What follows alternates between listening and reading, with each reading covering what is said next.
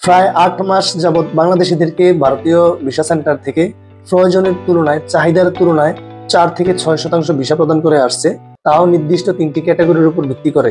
বিমস্টেক সম্মেলন উপলক্ষে বাংলাদেশের প্রধান উপদেষ্টা ও ভারতের প্রধানমন্ত্রীর মধ্যকার সম্ভাব্য বৈঠকের সম্পর্কে ভারতীয় মিডিয়ায় এক নতুন তথ্য প্রকাশ করেছে।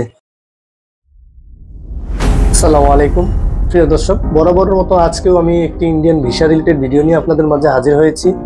আপনারা জানেন, দীর্ঘদিন যাবৎ বাংলাদেশ ও ভারতের মধ্যকার সম্পর্কের টানাপোড়েনের কারণে বাংলাদেশিদেরকে ভিসা প্রদানের ক্ষেত্রে ভারতীয় কিছু প্রতিবন্ধকতা সৃষ্টি হয়েছে, যার দরুন বাংলাদেশ থেকে বহু ভিসা প্রত্যাশী ভারতীয় প্রবেশের জন্য ভিসার অনুমোদন পাচ্ছে না। প্রায় ৮ মাস যাবৎ বাংলাদেশিদেরকে ভারতীয় ভিসা সেন্টার থেকে প্রয়োজনের তুলনায় চাহিদার তুলনায় ৪ থেকে ৬% ভিসা প্রদান করে আসছে, তাও নির্দিষ্ট ৩টি ক্যাটাগরির উপর ভিত্তি করে। বাংলাদেশিদেরকে ভারতীয় ভিসা প্রদানের এই ধীর গতির কারণে, এই সংখ্যা কমিয়ে দেওয়ার কারণে বাংলাদেশিদের চাইতেও বেশিরভাগ ক্ষতিগ্রস্ত হয়েছে ভারতীয় অর্থনীতি।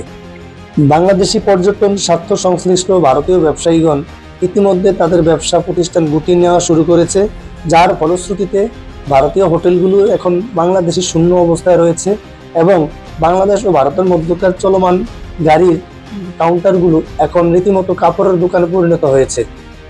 বাংলাদেশ ও ভারতের মধ্যকার এই সম্পর্কের টানাপোড়েনের উন্নতির লক্ষ্যে উভয় দেশের ঊর্ধ্বতন কর্তা ব্যক্তিরা বিভিন্ন সময় বিভিন্ন বিবৃতি দিলেও বর্তমানে এই সম্পর্ক উন্নয়নের কোনো প্রকার অগ্রগতি পরিলক্ষিত হয়নি।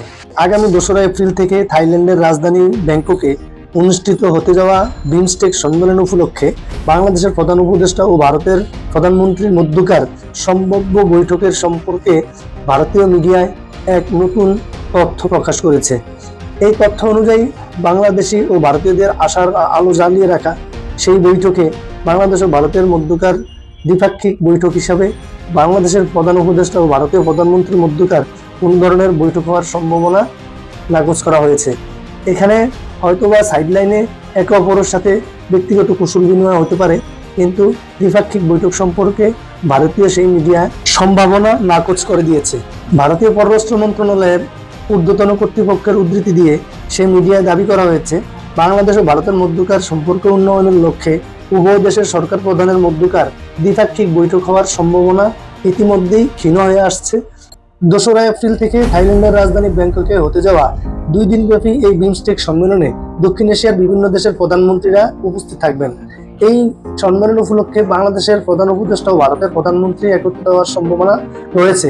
সেখানে দ্বিপাক্ষিক কোনো বৈঠকের শিডিউল এখন পর্যন্ত হয়নি।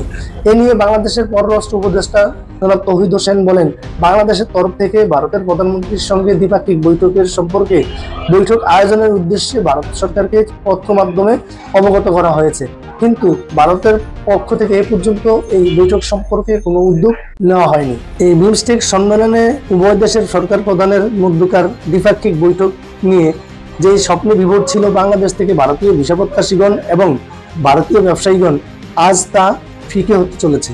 বিশ্লেষকদের মতে ভারত সরকার বাংলাদেশের সাবেক প্রধানমন্ত্রীর প্রতি একচ্ছত্র ভালোবাসা প্রকাশ করতে গিয়ে ভিসা জটিলতা সহ বিভিন্ন ধরনের দ্বিপাক্ষিক সম্পর্কের টানাপোড়েন সৃষ্টি করছে, যার ফলশ্রুতিতে উভয় দেশের জনগণ ক্ষতিগ্রস্ত হচ্ছে এবং একে অপরের প্রতি বিদ্বেষ সৃষ্টি হচ্ছে।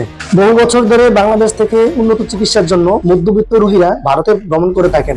ভারতের এই ভিসা বৈষম্যের কারণে ইতিমধ্যে তারা বিপাকে পড়েছেন, আর এই সুযোগটাতেই চায়না বাংলাদেশের রোগীদের জন্য ভিসা উন্মুক্ত করে বিশেষায়িত 3টি হাসপাতাল বাংলাদেশিদের জন্য নির্ধারণ করেছে। ইতিমধ্যে বাংলাদেশ থেকে ভারতে ভিসা না পেয়ে চীন দেশে চিকিৎসা নিতে গিয়েছেন উন্নত চিকিৎসা প্রত্যাশী বাঙালিরা। চীন দেশে উন্নত চিকিৎসা সংক্রান্ত আমার একটি ভিডিও রয়েছে, ডেসক্রিপশন বক্সে এর লিঙ্ক দেওয়া থাকবে, ইচ্ছা হলে সেখান থেকে চীন দেশে চিকিৎসা সংক্রান্ত বিস্তারিত জেনে নিতে পারেন। প্রিয় দর্শক, আজ এ পর্যন্তই।